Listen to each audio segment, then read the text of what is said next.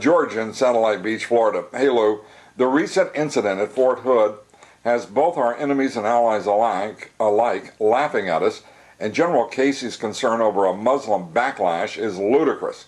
Can you imagine something like this occurring in Russia or China? I'm sorry, but I cannot. The upper echelons of our military needs to take responsibility for this sad occasion. George, you're exactly right. And General Casey, the Army Chief of Staff, making the statement that he did not want to acknowledge that the United States Army missed something in the case of Major Hassan is, to use your word, ludicrous.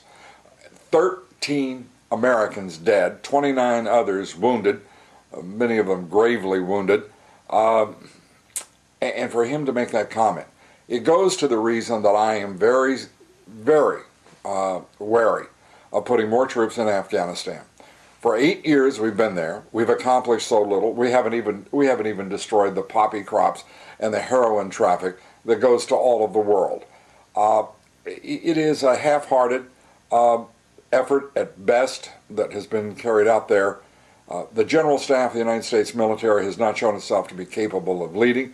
Now, I know that a lot of you in the military are saying, that it's not the job of the military to make policy and carry out policy at that level. But the truth is, yes, it is. The General Staff is responsible for creating a military strategy that will win. The General Staff of the United States Army and the United States military is responsible to speak back to its civilian leadership and say, I believe that that is an unconscionable waste of life and money, and we cannot succeed, and if this is the case, resign. But we haven't heard that from a single General Staff officer over an 8-year period in Afghanistan. That's a shame, because what we're not seeing is the capacity for strategy, the capacity to lead our brave men and women in uniform who deserve far better leadership to victory. That being the case, what can we possibly do in weeks of meetings between President Obama, his civilian leadership, his military leadership in determining a strategy? I'm not hopeful at all. It's why I believe that we've got to seriously weigh the option of withdrawing our troops from Afghanistan. It's a shame, but we really have to understand what our objectives are, what our missions are, and what our values as a nation are. We have never, ever been successful in nation building. It is not within the national character to be the world's policeman. Think about what we've done in the world since 1950.